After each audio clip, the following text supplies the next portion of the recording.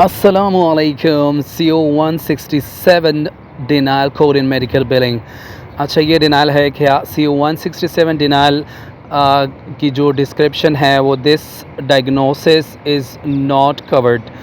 This means the insurance payer denied the claim because the diagnosis code submitted do not support coverage of the procedure performed based on their medical necessity policy.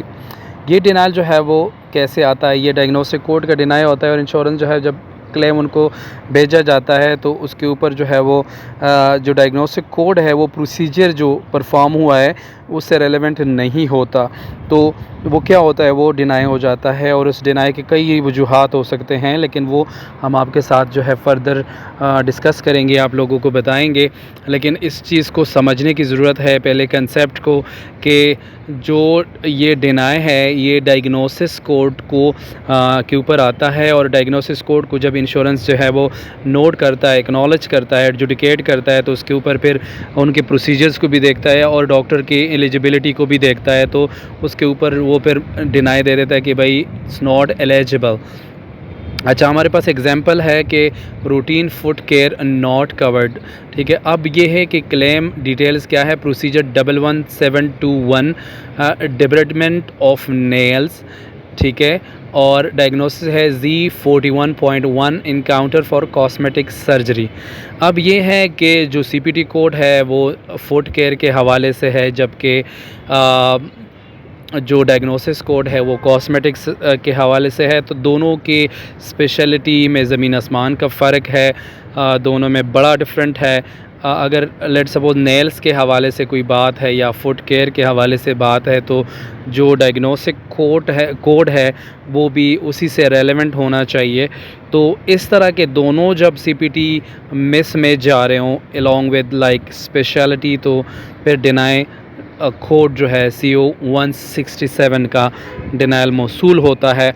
और बिलर का वहाँ पे क्या action होना चाहिए जब इस तरह का डिनाइल आता है, उनकी अंडरस्टैंडिंग क्या कहती है, उनको कौन कौन सी चीज़ें वेरीफाई करनी चाहिए, वो बहुत इम्पोर्टेंट है। मतलब जब आपके पास ERA या EUB आती है, फिर आपको जो है वो अपने वेरिफिकेशन कैसे करनी है, क्या सलूशन देना है। अब ये जो डिनाइल का रीज़न है, routine foot care is not covered under diagnostic code because it's considered cosmetic not medical necessary. अब मैंने जैसे ही आप लोगों को कहा कि इसकी रीज़न यही है कि जो डायग्नोस्टिक कोड है उसके मुताबिक जो है वो डिनाई यही आता है कि ये जो रूटीन फुट केयर है ये डायग्नोस्टिक कोड Z41.1 के मुताबिक नेसेसरी नहीं था। ठीक है, क्योंकि वो कॉस्मेटिक से रेलेवेंट था और जो रूटीन फुट केयर के लिए अपने ही डायग्नोस्टिक कोड चाहिए। अब इसको फिक्स कैसे करते हैं? A patient had a qualifying condition, for example diagnostic with foot complication, correct diagnosis to something like E11.42, type 2 diabetes with peripheral angiopathy and resubmit the claim with documentation. अब ये है, यहाँ पे कंडीशन ऐसी है कि हमने लेट सपोज़ हमने डायबिटिक डायग्नोस्टिक कोड उनके साथ जो है वो अपेंड कर दिया है। पेशेंट को जो है वो क्या है, उनको डायबिटीज़ भी है और इसके अलावा फुट कॉम्प्लिकेशन के साथ साथ उनको डायबिटीज़ भी है। तो इसके जो डायग्नोस्टिक कोड हमने लगाया E11.42 type 2 diagnostic with peripheral angiopathy, अब उसमें यह है कि इस स्पेशलिटी को भी कवर कर रही है और डायग्नोस्टिक कोड भी जो है वो रेलेवेंट टू दैट प्रोसीजर है, तो ये रिसबमिशन के बाद क्लेम पे हो जाएगा। अब screening service without appropriate diagnosis, ठीक है, क्लेम डिटेल क्या है? प्रोसीजर कोड 45378, कोलोनोस्कोपी का प्रोसीजर जो है परफॉर्म हुआ है और उसके साथ डायग्नोस्टिक कोड कौन सा गया? R10.9 unspecified abdominal pain. अब वहाँ पे कोलोनोस्कोपी का जो प्रोसीजर है, जो प्रोसेस है वो किया गया है, लेकिन diagnostic code is something very different. Unspecified abdominal pain, एक तो ये अनस्पेसिफाइड का वर्ड भी है, फिर वो abdominal pain is very different, उसकी जो लोकेशन है वो भी डिफरेंट है, और इसके अलावा जो स्पेशलिटी से रेलेवेंट चीज़ें हैं वो भी नहीं है।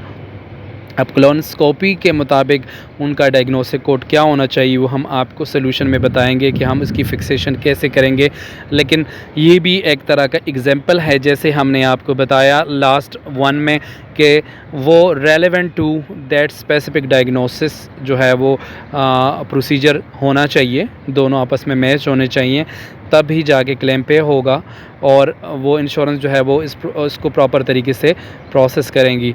अब colonoscopy bill under a screening code required screening diagnosis Z12.11 encounter for screening for malignant neoplasm of colon.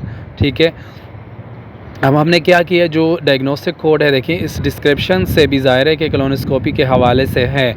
ठीक है, और R10.9 employees a diagnostic procedure. ठीक है, अब फिक्स क्या करना है, if the intent was a screening colonoscopy corrected diagnostic to Z12.11 in add modifier 33 preventive service and then resubmit the claim.